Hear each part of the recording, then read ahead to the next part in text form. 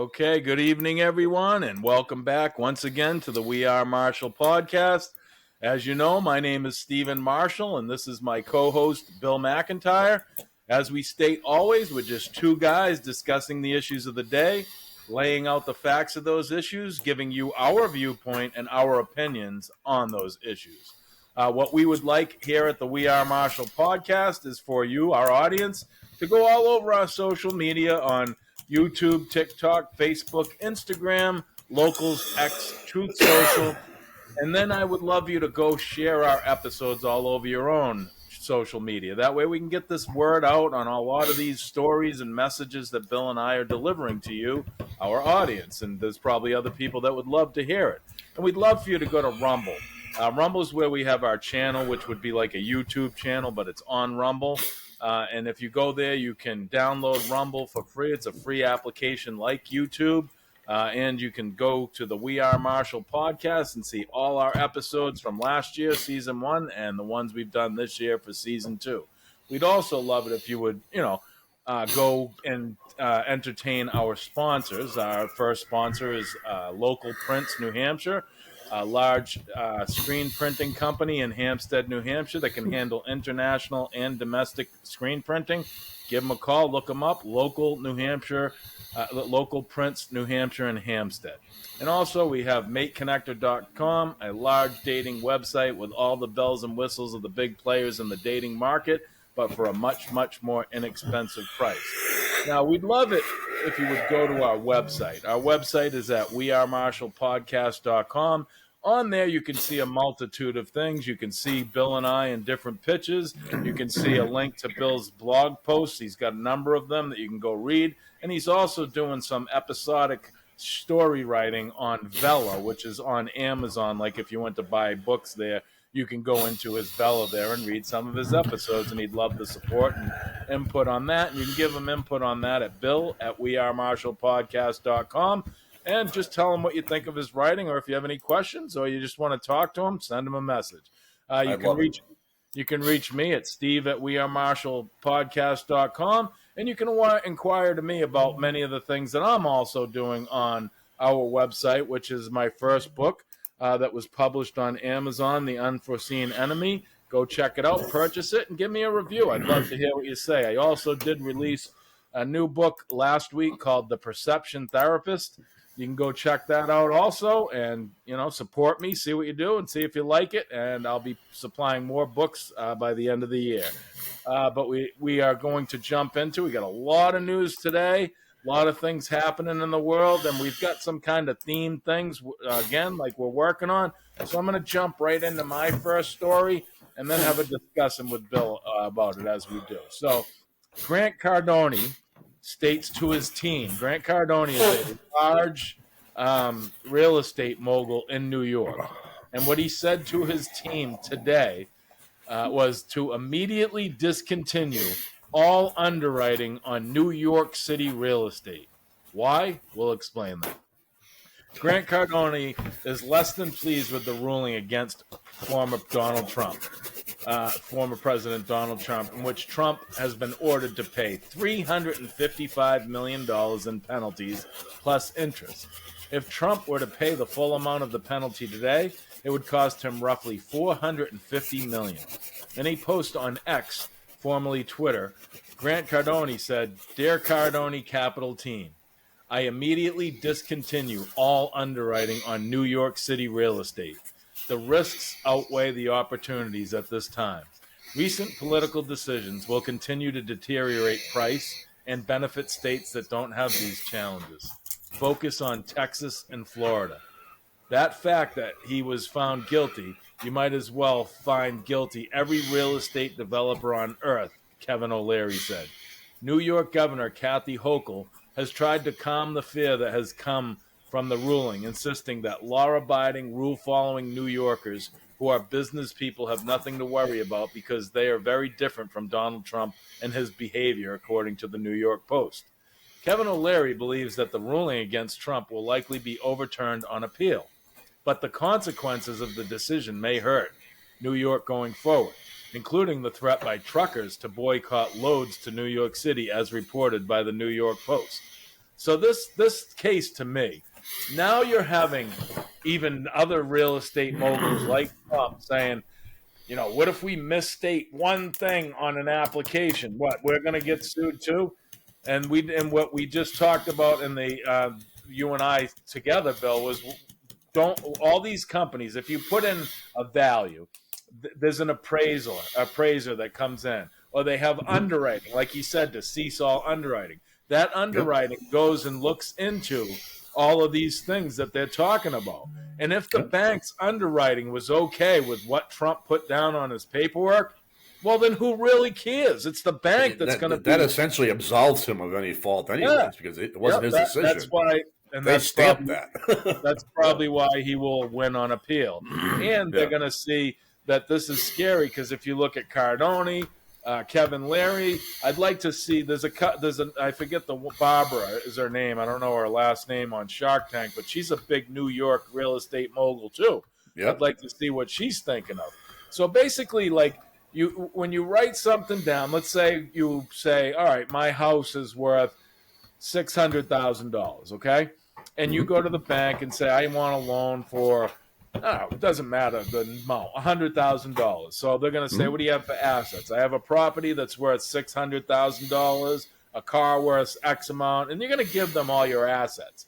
And when you do that, they're going to then put a package together, a loan package, send it to underwriting, and they're going to do their due diligence.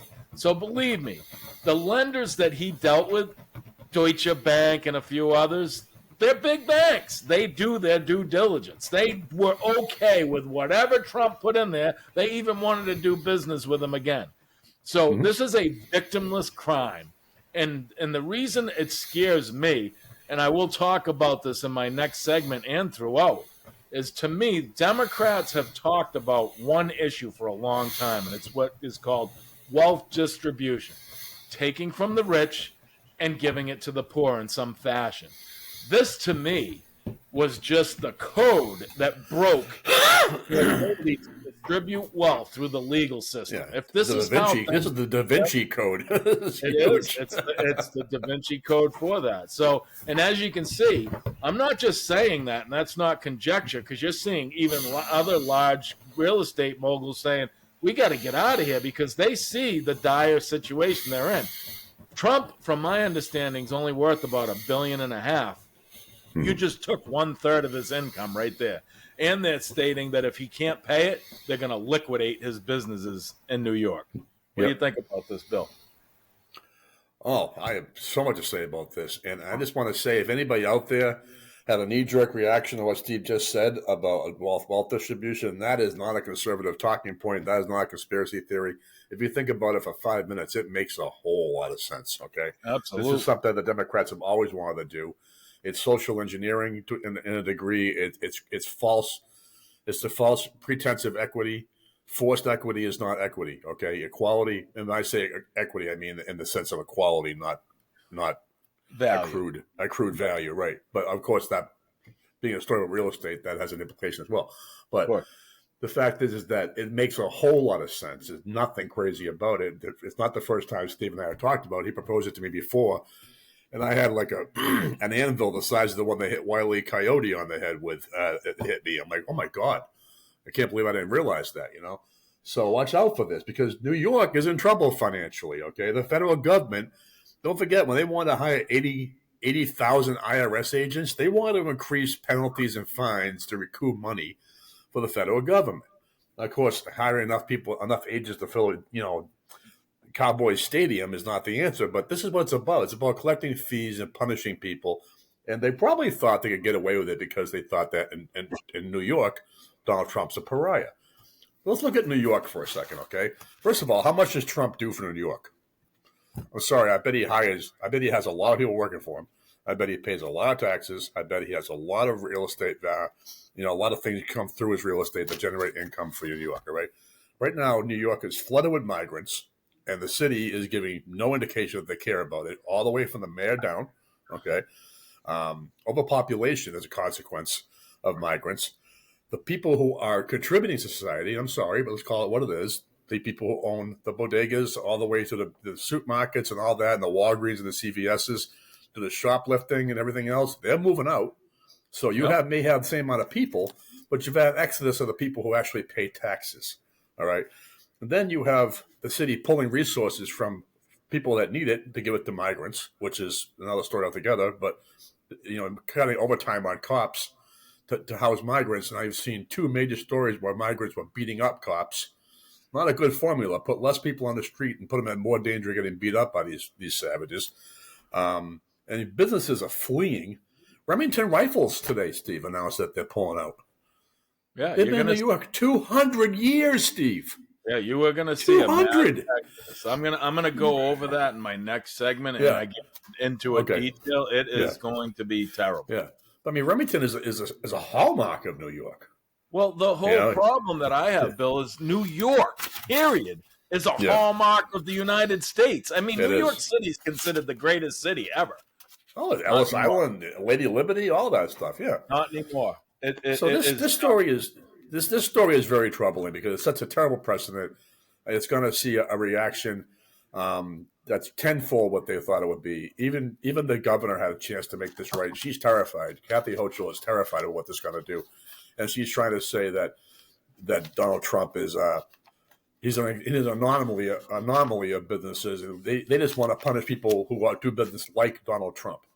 Okay. You don't have to like Donald Trump, but you can't single people out like that. But that's not what she's saying. You know what she's saying. We don't like Donald Trump or conservatives like Donald Trump. She didn't even temper it properly. But this is a very dangerous story, Steve. And I think that I'm not going to take vindication in it, but I'm going to get some popcorn popping and see what happens here, because this is going to be something else, I'll tell you.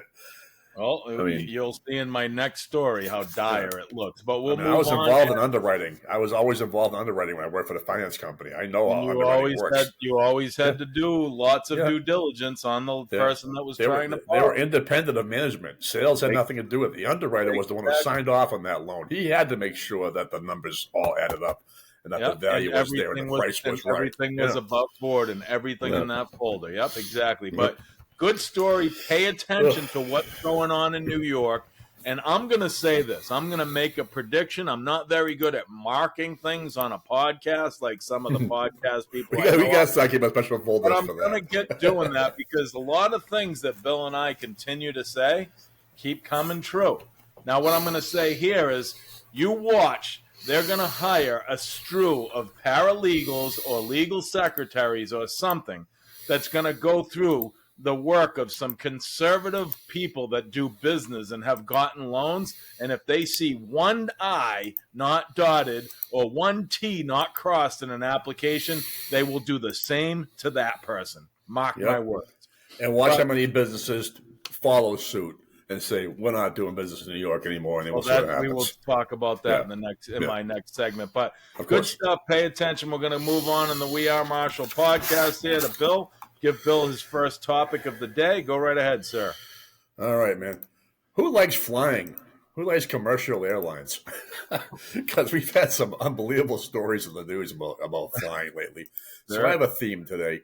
It ends with a fairly large story about airlines. But I just want to talk about some incidences because it seems like it's on the rise. And I won't blow the punchline until the end here. But some really high-profile things have been happening. So my first story is going to be about mechanical issues. About human behavior on flights that's been making the news, and try to think about how annoying this is and how many people are subjected to it. Because anybody who has TikTok or Facebook Reels, whatever, they see these episodes of people screaming at flight attendants, being pulled out of the plane after getting in fights and arguments and pulling all kinds of Karen crap. And it's out of control, and it needs to be talked about. So let's start with the first part of the story. A United Airlines plane traveling to the Los Angeles International Airport was forced to make an emergency landing at O'Hare in Chicago because of a bomb threat. The anonymous note was found written on a mirror in one of the bathrooms and threatened that the plane would explode. All 202 passengers. Yeah, I think that would probably freak me out if I was on that plane. All 202 passengers were safely evacuated from the plane, according to a report by CBS News. and law enforcement officials searched the plane in a remote location at the Chicago airport. The CBS News reports that a bomb-sniffing canine identified a suspicious bag during the search, and the person who checked that bag is being questioned, probably already has been, but questioned by police. United Flight 1533 diverged Chicago this morning due to a potential security concern. The flight landed safely and met local law enforcement upon arrival. Customers deplaned, and we didn't expect the flight to depart for Los Angeles this afternoon. That was the official statement.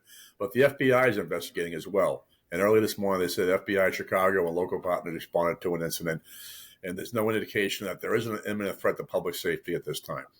So prior to the discovery of the supposed bomb, for the threat, a passenger had physically wrestled with crew members and other people on that same flight.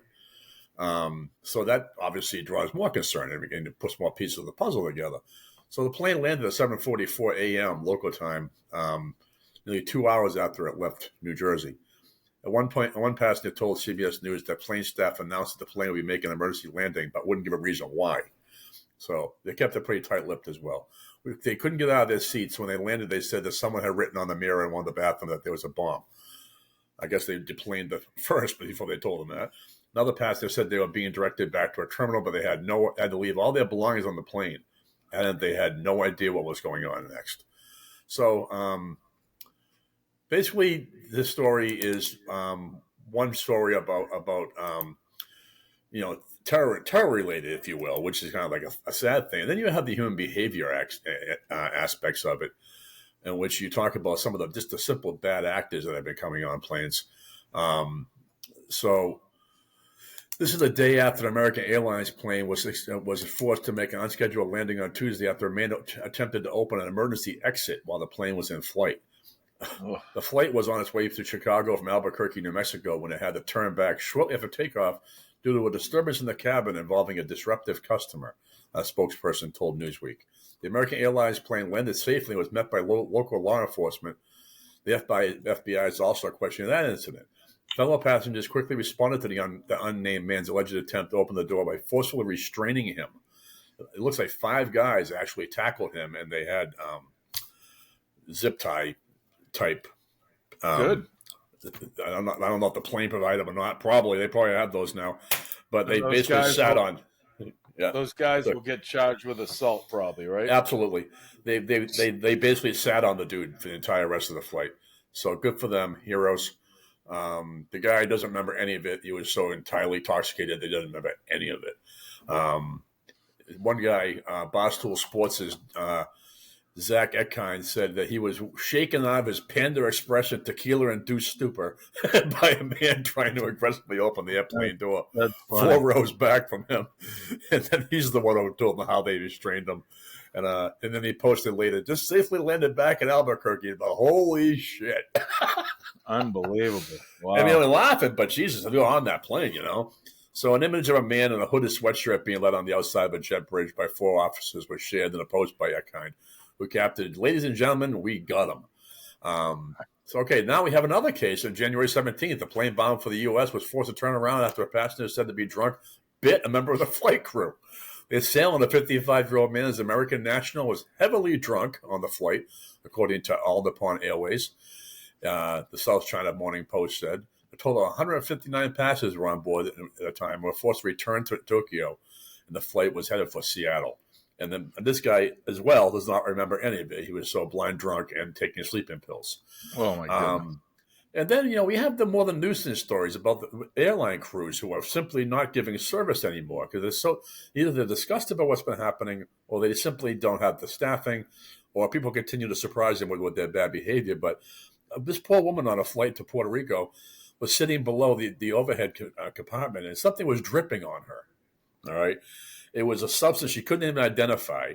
And she complained to the flight attendant, and they wouldn't open the overhead compartment. Now, I've seen flight attendants open the overhead compartments during flights many times. Okay? Once you're in the air, no smoking sign, which is a joke. You can't smoke anyways, is off. Seatbelt lights off. But they refused, and this woman was covered in a fluid you couldn't even identify what it was. You're telling me they just let that fluid keep falling on this woman? They let it. They gave her some paper towels. Ruined her clothes. They said it dried really funny, like a brown stain She's it got wasn't a bag of cash coming her way. Oh, she does. But I mean, fellow passengers were just outraged at the treatment of this poor woman. Absolutely. Flying, I think you run a pretty solid odds of having a disrupted person on a plane these days. You really do. I don't fly much, but I used to when I was working, and I never saw anything like that. But I think now the odds are pretty good. So here we go, right? You would think that the incidence of unruly passengers incidents are actually up, but they actually dropped about 20% compared to 2022, with only 1,987 passenger incidents reported to the FAA. I guess given the amount of flights, that might not be a staggering number, okay? Not at all. But figures still remain twice as high as pre-pandemic levels. So this further gives credence to the notion that we lost everything in COVID, including our ability to be civil human beings. Well, I don't know. The numbers you're given don't dictate that, though. They don't, but they make it clear that there's pre-pandemic levels and post-pandemic levels. So anything that changes is twice as high as it was before the pandemic. So if you go that far back, 2019, right? Yeah. It's twice as high as it was 2019. It's just 20% lower than last year. Yeah, that's the good statistic before and now. Yeah, I agree. Yeah, we talked about how to listen to the White House giving the numbers. The same thing with this. You got to look at it that way. Yeah. And we won't be correcting numbers after the fact either. They are right. What they are. So I mean, I just wanted to point this out because it needs to be talked about. Okay, people, let's grow up. Okay, let's not drink ourselves till we can't walk. Let's remember our fellow man. I'm sorry, maybe not the format, but come on, man. Let's just get along. Seriously. And I'm not trying to do a Rodney King imitation. Civility goes a long way. I agree. Oh. And you're all on a plane. It's never fun.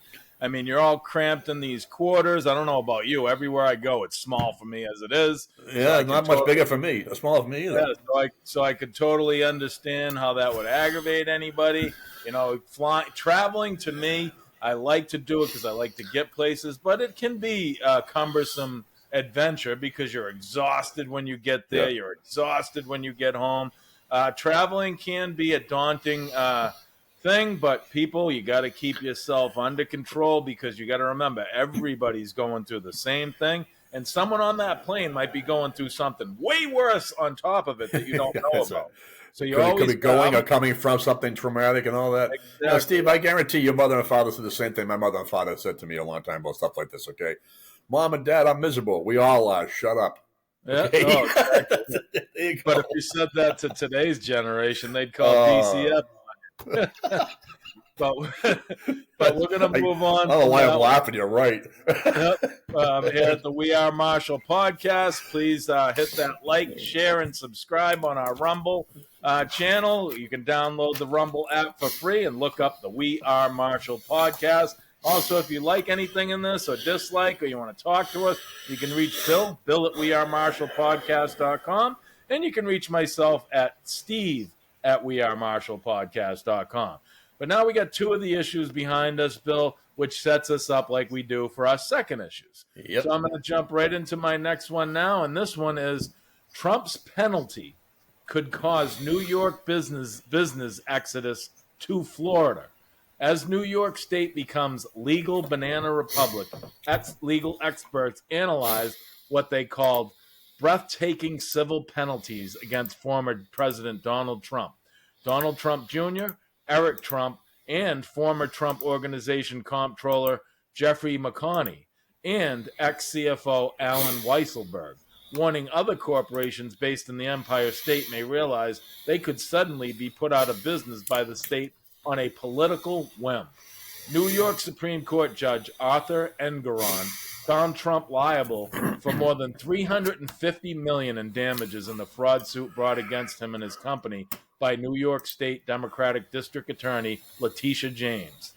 Trump Sr., the Trump Revocable Trust, and Trump Organization were found liable for $60 million, while Trump's sons and Weisselberg were found liable for $4.01 million each, and Trump Sr. plus several entities, including the Trump Organization and the LLC signifying Trump's Chicago Hotel, were banned from applying for loans with institutions registered with New York for 3 years.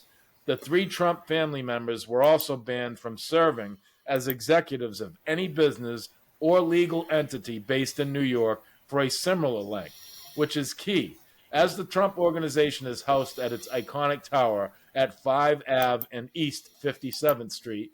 In that regard, former Bush White House press secretary Ari Fleischer told Fox News the ban may spur Trump to relocate his entire business empire to Florida, just as he has his primary residence.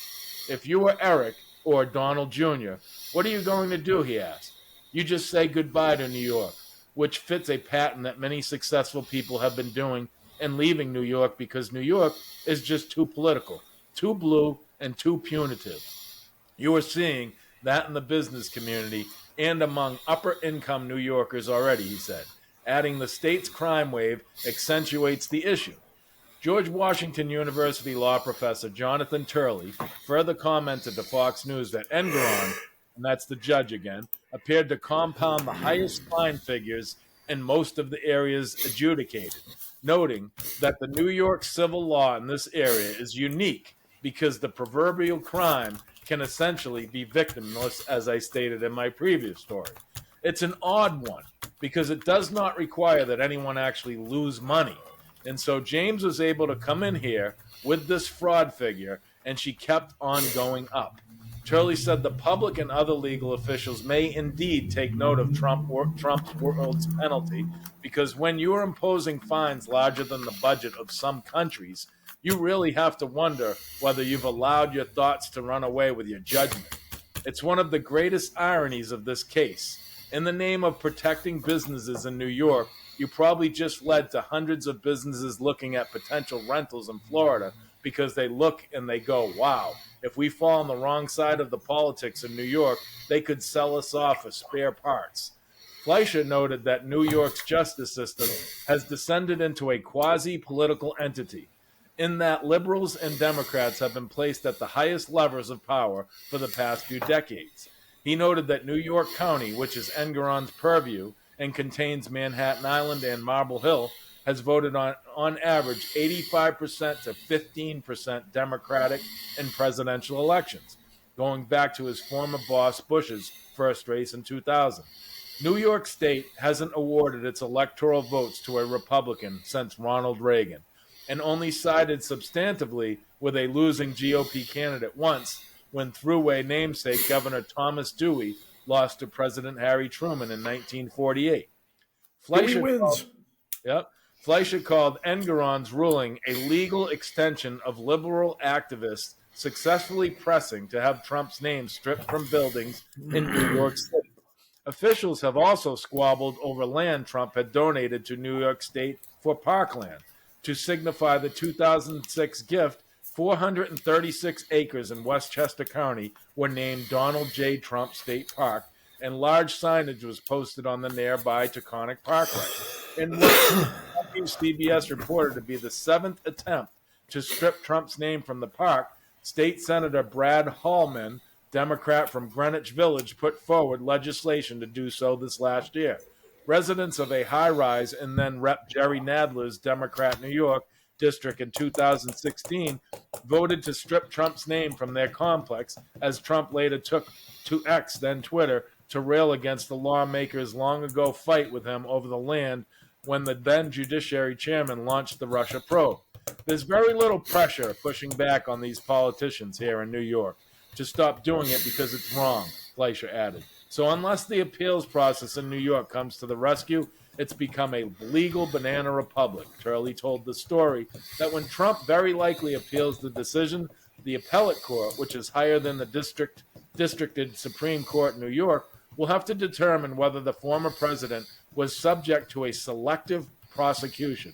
He pointed to James's campaign promises, which included plans to be a real pain in Trump's ass. Clearly, James made this pledge that she was going to bag Donald Trump, and it is part of an overall campaign that seems to be an effort at death by exposure, both on the civil and criminal side. Now, here's something, the correlation I see, which you did a story yesterday, and I'm going to correlate Trump's story to that. Navalny, okay? Yep. Navalny was taken out by Putin. Okay, I'm not going to go to the drastic extremes. I don't think anybody's going to poison Trump, but I wouldn't be surprised with some people out there. But what I am going to say is they're basically killing him. Okay, it may be a figurative death, okay, but they are destroying him. They want to bankrupt him. I heard they're taking what his strength is, which is his wealth. Yeah. Yep, Nancy Pelosi said it today that they want that he's going to be without money. I mean, if you think about it, this is a $500 million ruling in existence. The guy's worth about $1.5 billion, so that's taking 1/3 of his wealth.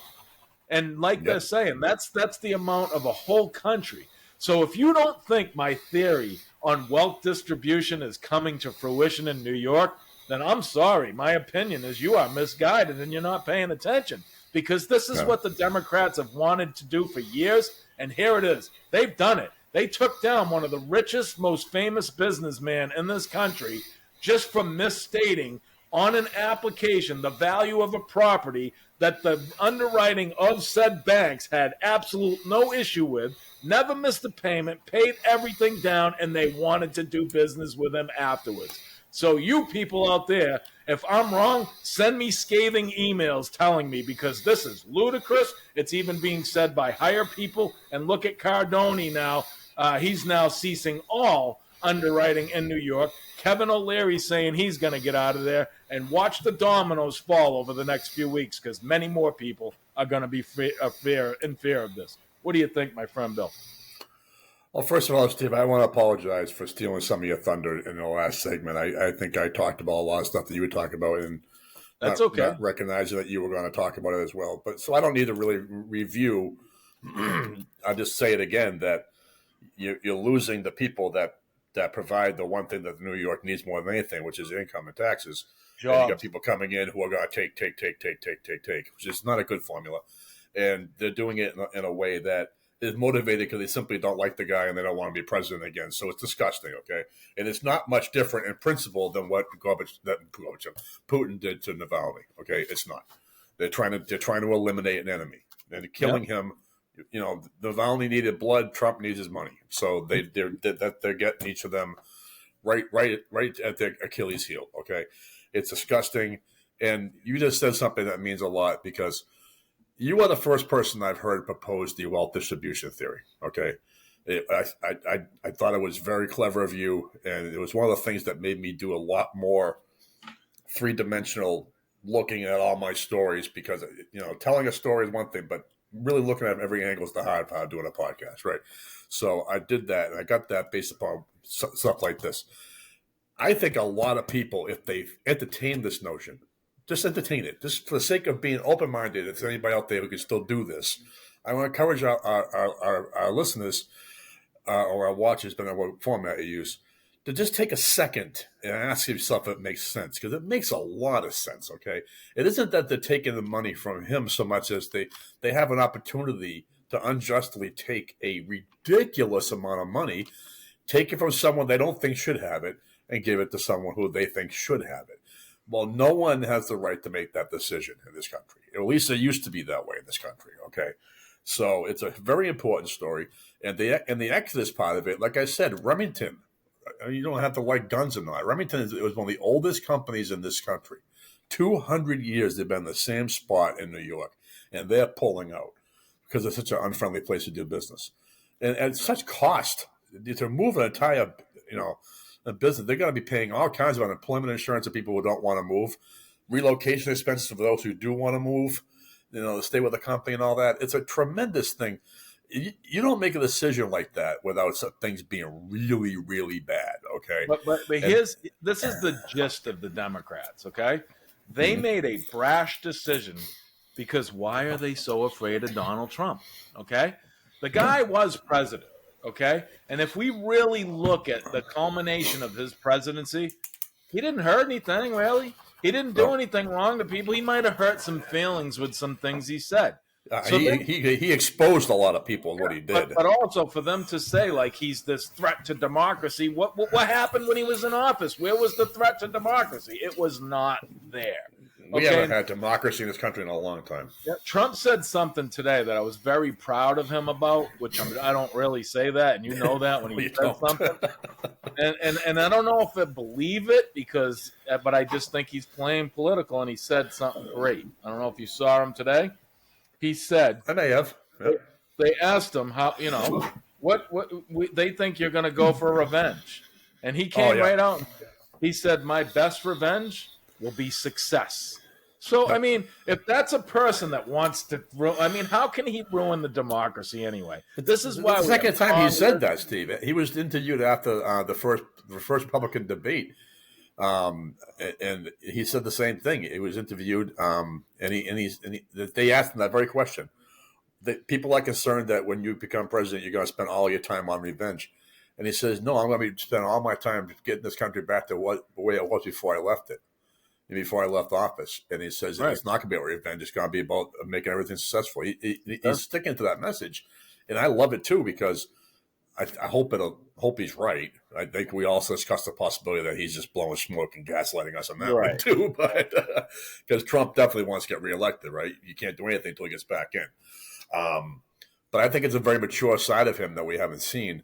And if it's true, then that's kind of like telling the Democrats, do your worst, you're not going to get the best of me. And that's important. Okay. So I only want to say one more thing. You mentioned the word punitive.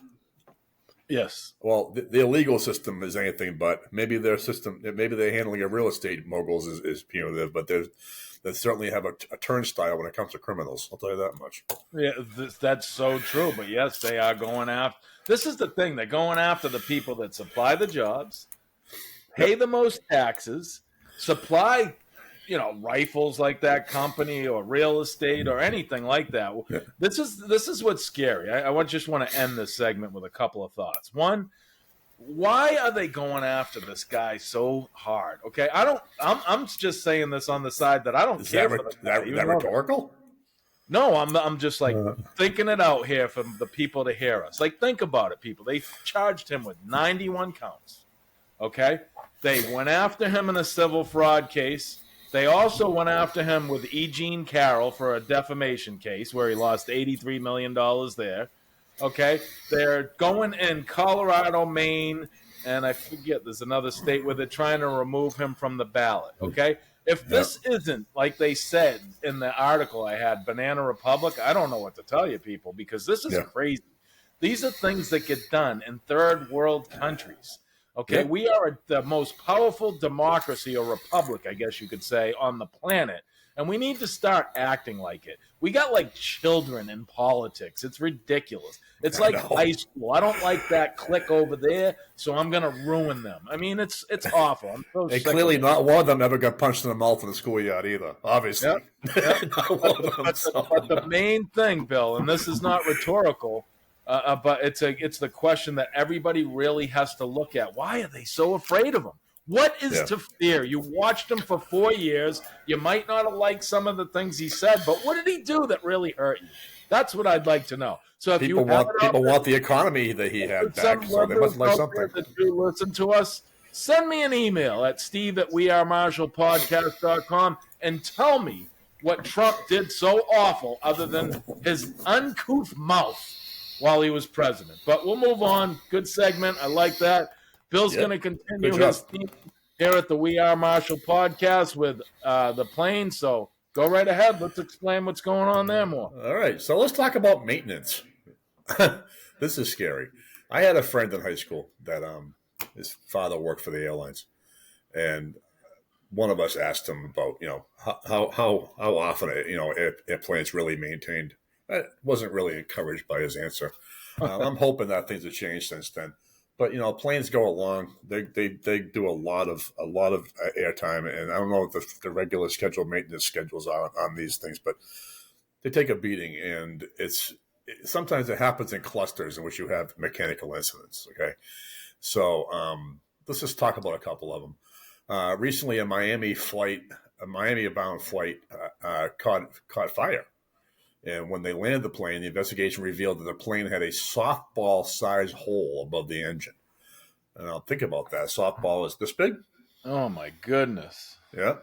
So on January 19th, the FAA, we know what that means. So the plane that caught on fire when flying over Miami, Florida, had a softball-sized hole above its engine, and it was a Boeing 747 departing from Miami. Experienced engine failure and had to return to make a landing. And when they found that hole, they were obviously pretty shocked. No follow-up that I can see on this story yet. Obviously, no deaths. Great. No loss of life or even injuries. That's awesome.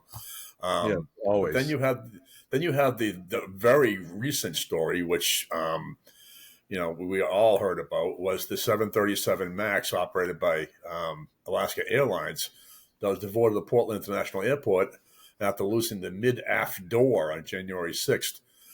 Window in an unoccupied seat during takeoff. So according to multiple reports, the aircraft suffered a rapid decompression and prompted the crew to make an emergency landing. A section of the Boeing 737 MAX 9 fuselage just 3 rows away had blown out at 3 miles high, creating a vacuum that actually sucked the shirt off a teenager's back. Yeah, crazy. Right? And as reported by John Ostrower of the Air Current, a popular publication among the air enthusiasts, the missing emergency exit in question was a deactivated door with no distinction in the cabin. So basically, my understanding of this door, Steve, it's a door that's bolted on permanently, does not open. Yep. It's there as a modification device in the event that you want to increase the overall seating of a plane. Yep. Okay, that's the way I understand it. Put the bolts in. Right, and they left the factory without 4 bolts. So, yeah. But I mean, think about just try to imagine being on a plane and having a fuselage door blow out. I mean, that's the stuff you see in the old airport movies. Yeah. That was some scary shit. Okay, those that's when they made a real disaster movie. So yeah, okay, false alarm. Nobody got hurt. But of course, Boeing and Alaska Airlines suffered tremendously from that. There was video that showed the emergency oxygen mask falling from the overhead compartments. It was really ugly. So then you have what happened recently, which is yesterday. A United Airlines passenger spoke out Wednesday after he caught video footage of a Boeing 737's wing coming apart before the flight was diverted to Denver over the incident. Do you happen to see this video? No, but are we looking at the end of Boeing? We might be. This video was. I've always been very lucky. I haven't flown a lot the last few years, maybe once or twice a year. Okay, I always seem to be over the wing, or at least in view of the wing. I'm never before the wing. I'm always behind it. Okay, and I watch the wings. Well, there's not like a Twilight Zone episode where I saw a gremlin out there, but if I saw a crack, a very heavily deteriorated crack, I want to say it was probably 4 feet long.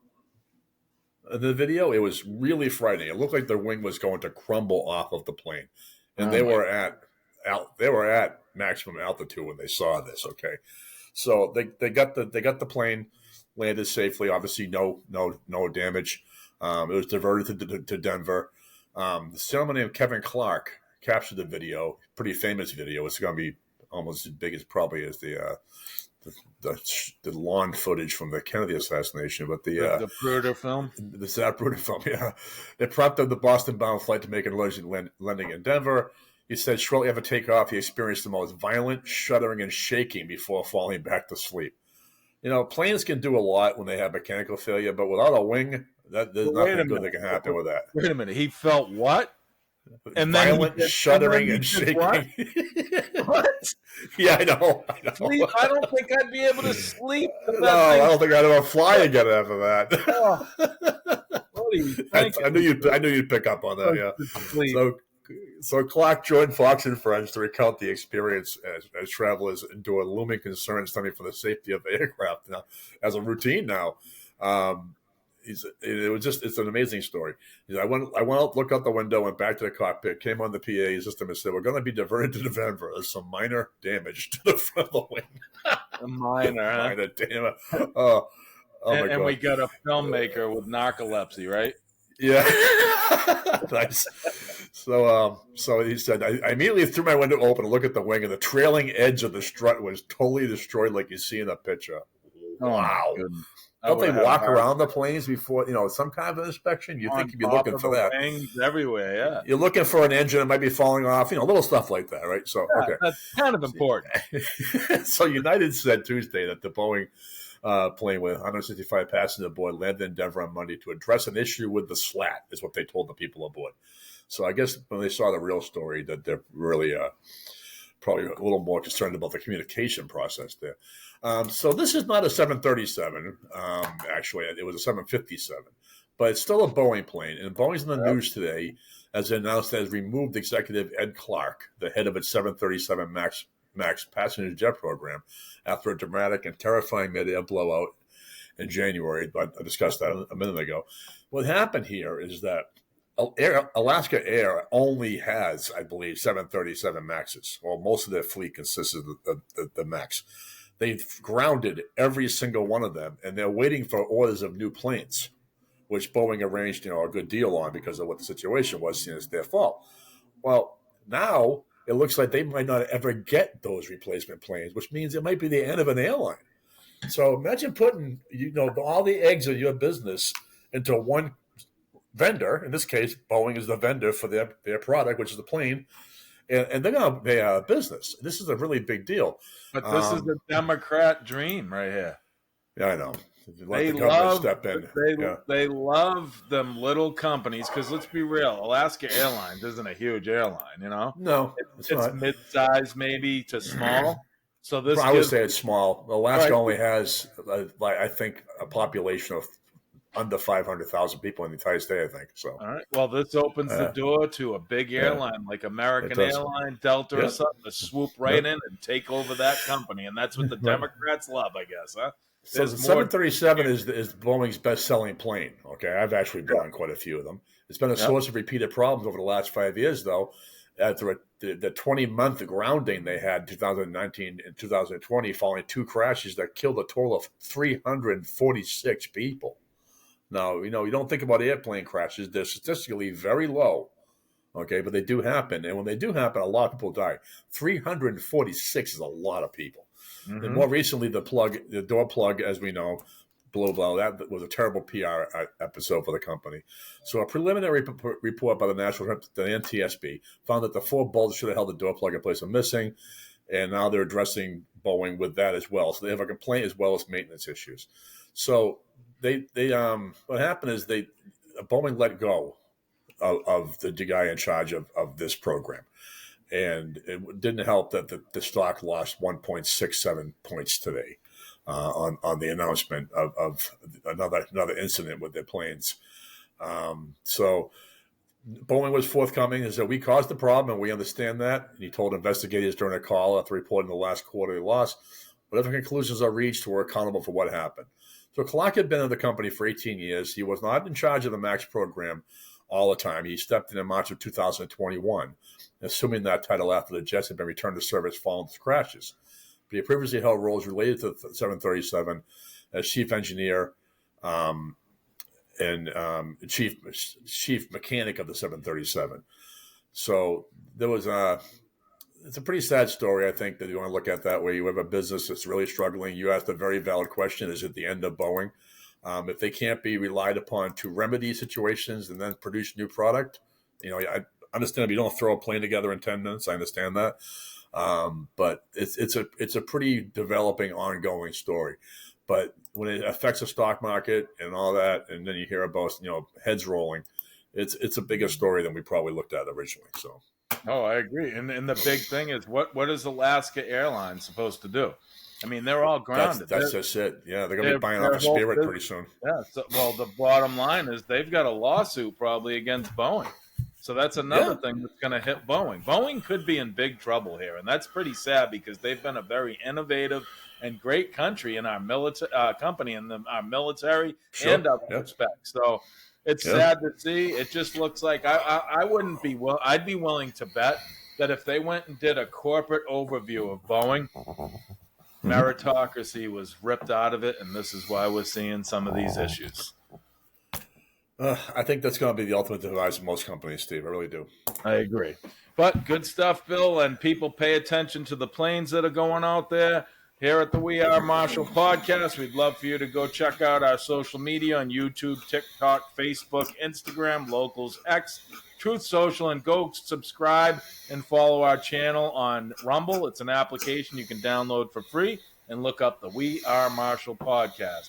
Bill's going to go with his segment now on This Day in History. Go ahead. All right, let's talk about Richard Nixon, and let's talk about Steve's favorite country, China.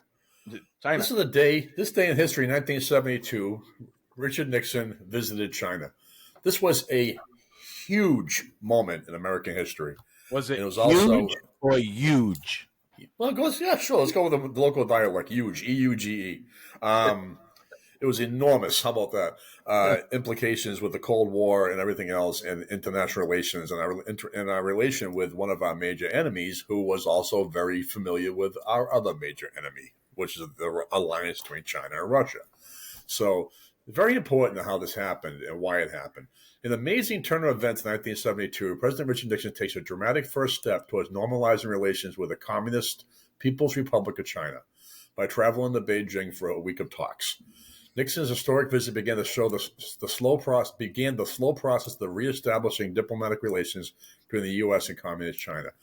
Now, we were still mired in Vietnam in 71, and Nixon ran on getting us out of Vietnam. Okay, he ultimately would be almost there when it happened. Still mired in the unpopular and frustrating Vietnam War in 71, he surprised the American people by announcing a planned trip to the PRC in 1972. The United States had stopped formally recognizing the PRC after Mao Zedong's successful revolution in 1949. In fact, the two nations had been bitter enemies. So the PRC and U.S. troops fought in Korea. So that's the thing. It was another proxy war that people don't like to talk about. The Chinese soldiers were fighting alongside the Viet Cong against us, and we lost a lot of men to Chinese troops as well in Korea and Vietnam. All right, so Nixon seemed like an unlikely candidate to thaw those chilly relations with China, because he was actually an anti-China, anti-communist hawk. Yep. He was known for it. During the 1940s and 50s, he was a vocal Cold Warrior. That's what they called him. And he had condemned the Democratic administration of Harry S. Truman for losing China to the communists in 1949. The situation had changed dramatically since that time, though. And in Vietnam, the Soviets, not the Chinese, had become the most significant supporters of the North Vietnamese. And what happened was there developing tension between the Soviet Union and China. And this was not a surprise visit. Kissinger gave Nixon the affirmation that now will be a great time to capitalize upon the tension between China and Russia and maybe drive a larger wedge between China and Russia. And that was the goal. And it actually worked, because China, this is considered to be one of the biggest breaks in the Cold War, this visit, this establishment of relations. It opened up a whole situation in which we ended up with a tentative, but nonetheless kind of an ally that we did not have before. So we had that unholy alliance of the two largest countries, both communist, both unaccountable, both dangerous. And we found a way to put a little distance between the two of them.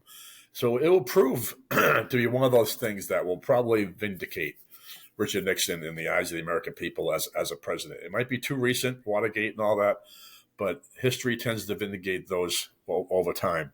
And Nixon's contribution to the world was probably best defined as what he did with that China visit in 1972. So, yeah, I just don't think he'll ever be redeemed, unfortunately. History will not look well on him because of Watergate at all. I mean, they consider that to be the worst thing in a crime in political history in this country. So, well, the funny thing is that he wasn't doing anything that no one else would do. He just got caught. That's I don't know if that again. That's Banana Republic stuff, and people won't like that. And he was a paranoid guy, though, Steve. I mean, he wasn't comfortable with the information he was given. He wanted to know for sure how the DNC was doing in a re-election campaign, and he got busted. I mean, it wasn't that sinister. If he had destroyed 18 minutes of tape, he probably would be better remembered also. But I mean, he was going by the ways of Edgar Hoover. I mean, come on. I mean, it was wrong. He got caught, and it ruined anything to do with his presidency. But I don't. Well, he'll look still always be on better this. remembered than Jimmy Carter was. Sorry, Oh, go yeah, ahead. but I think he did open the door for Ronald Reagan to really destroy the Cold War, Yeah. in essence. So good stuff. I hope you guys all learned something. Now we're at the end of the podcast where I like to do a feel-good story, human interest, technological breakthrough, a healthcare breakthrough. And I've been finding a lot of healthcare breakthroughs lately, which is really good for me because I've read that mapping of the human genome like 25 years ago, and I've been waiting for some of the things in that book to come to fruition, and I'm starting to see them now. And this is one that I want to discuss. And I'm a little confused about things like this now that I read this and I'm into it. Because if anybody remembers the sports scandal of Victor Conti and Balco, that company, Balco, that Victor Conti owned, created a synthetic steroid. And it was something created that no one knew about, so there wasn't a test for it, and it got utilized all over Major League Baseball and other sports. I'm surprised more synthetic. What I'm getting at is more synthetic things like that, and what I'm about to discuss with you aren't coming out. I think we will start seeing more after this. But in this story, a new synthetic compound can kill superbugs that are resistant to antibiotics. And this is a big story, my friends, because this is happening a lot in the world right now. So Harvard researchers have created an antibiotic that can overcome many drug-resistant infections, which have become a deadly global health menace, killing 1 million people every year. The new synthetic compound called cresomycin proved to be highly effective at killing deadly superbugs that are resistant to antibiotics, including Staph aureus and Pneumonas and pneumonia. Cresomycin is one of the several promising compounds the team from Harvard University has developed to win the war against superbugs, but they didn't win the war against unruly presidents of their college.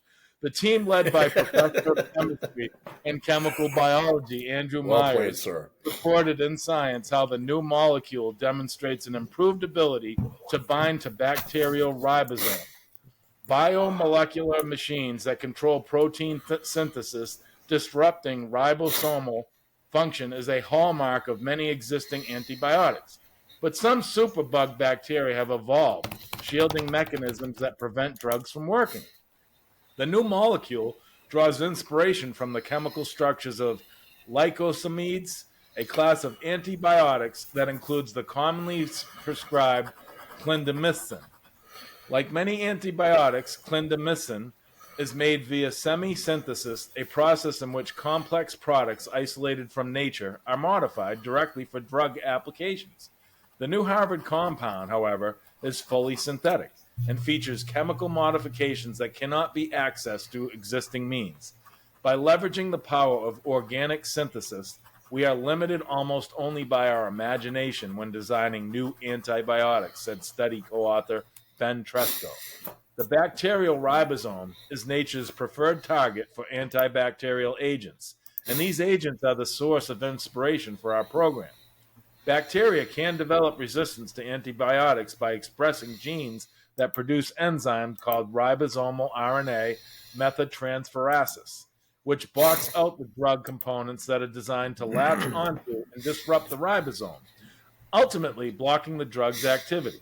To solve the problem, Dr. Myers and his team engineered their compound into a rigid shape that closely resembles its target, giving it a far stronger grip on the ribosome. The researchers described their drug as being pre-organized for ribosomal binding, as it doesn't need to expend as much energy conforming to its target as existing drugs. The team identified cresomycin using component-based synthesis, a method pioneered by the Myers Research Group that involves building large molecular components of equal complexity and bringing them together at late stages, likened to pre-building sections of a complicated Lego set before assembling them. This modular, completely synthetic system allows them to make and test not just one, but hundreds of target molecules, which greatly speeds up the drug discovery process. While we don't yet know whether cresomycin and drugs like it are safe and effective in humans, our results show significantly improved inhibitory activity against a long list of pathogenic bacterial strains compared with clinically approved antibiotics, said Myers in a Harvard media release. Antibiotics form the foundation on which modern medicine is built, co-author Kelvin Wu pointed out.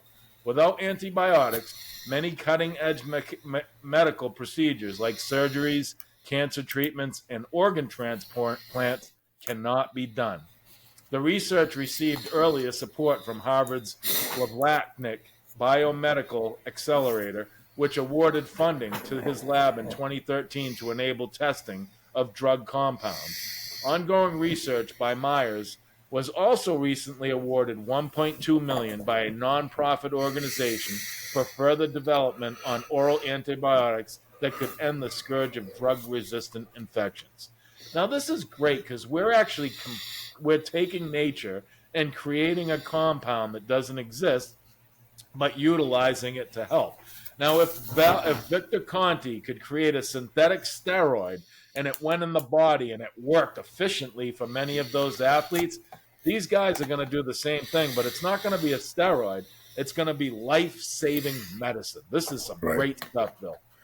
What do you think? Well, first of all, back to Balco. Did they ever find any long-term side effects of that if used properly?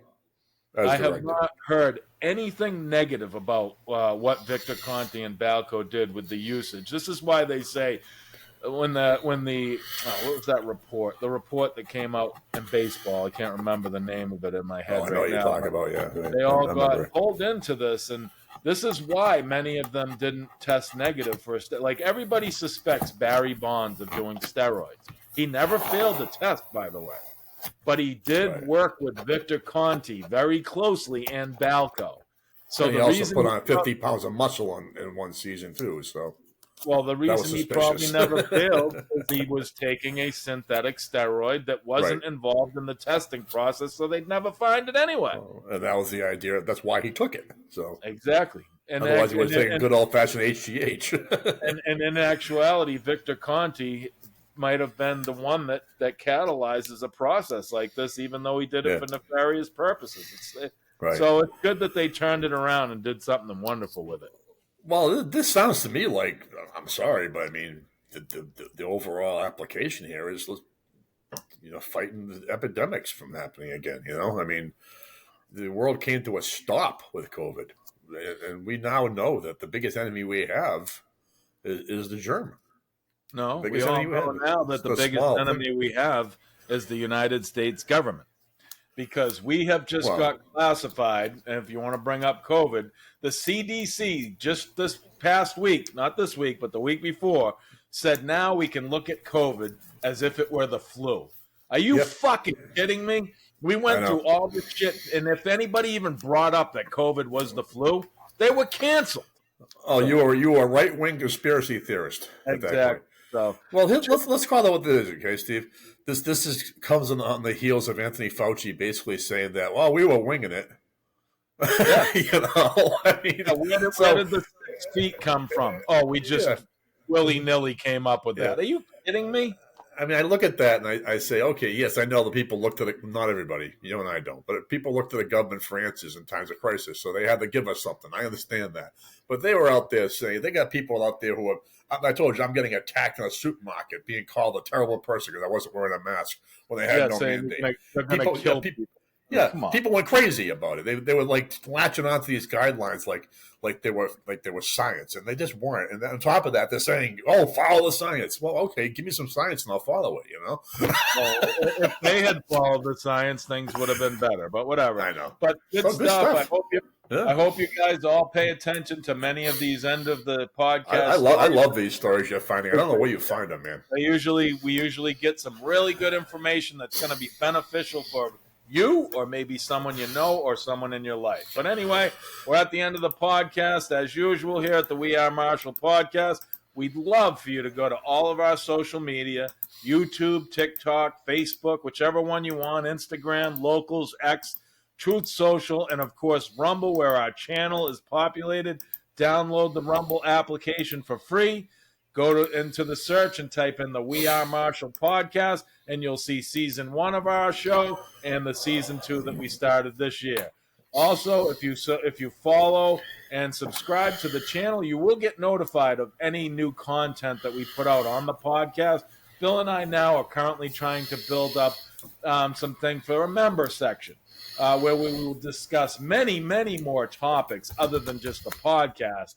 And it could be from sports to anything, because we want to deviate a little on our membership away from politics and things like that to the more fun things in life, like sports, which I'm a huge sports fan, and so isn't Bill. But I read my blog about talking politics, which I write an entire piece about how people have to stop using the words talking politics to understand that what we're talking about is matters. Matter of fact, if I wanted to put a tagline on this podcast, I'd say, are we talking about things that matter to you? Because that's what I think is an important thing here. And he couldn't have done it more eloquently, because what he's basically saying is you people need to pay attention, because these things we discuss, they affect your life. So pay attention. These people run your life, and they don't like you. They don't care about you. They care about keeping in power. So pay attention, because we're the mob. And if you understand, the mob rules. Let's rule. Let's make sure that this country is going in the right direction, where everybody is getting the right things in every aspect of life that we can do, okay? But also go check out our sponsors here at the We Are Marshall podcast. We got our new sponsor, Local Prints New Hampshire, out of Hampstead, New Hampshire. They're a large screen printing company. They can do international and domestic screen printing of anything that you need in that area. Give them a call. Check them out, localprints.com, Local Prints New Hampshire. And you can go on our website, and there's a link on the top left of the first page that you can click and go right to Local Prints. Also, if you go to the website at www.wearemarshallpodcast.com, you can see a link under Bill's bio for his blog. And you can also go on Amazon and go to Vella and see Bill's episodic short stories on Vella. Go support him. Check him out. He's got some interesting stuff there. And you can also go to Amazon for me and purchase this book. I will be getting my next one here, The Perception Therapist, but this is the first one, The Unforeseen Enemy. Check it out. This is a good book. This is a good book, people. This what he writes about is something that could actually happen. He really spells it out for you. Absolutely. And it's a scary concept, and it does include my friend China. So anyway, well, the reality of it's what's scary, Steve. That's the thing. Yep. But go check out the book. Even just go on Amazon and read the synopsis. You'll know what it's about, and it'll probably pull you right in to read it. But please like, share, and subscribe. Check out our podcast. Join the channel. Check out both of our sponsors, Local Prints New Hampshire and MakeConnection.com. And that's it for tonight. We will see you in a couple days, hopefully on Friday. Everyone have a good night. Thank you, Bill. Good.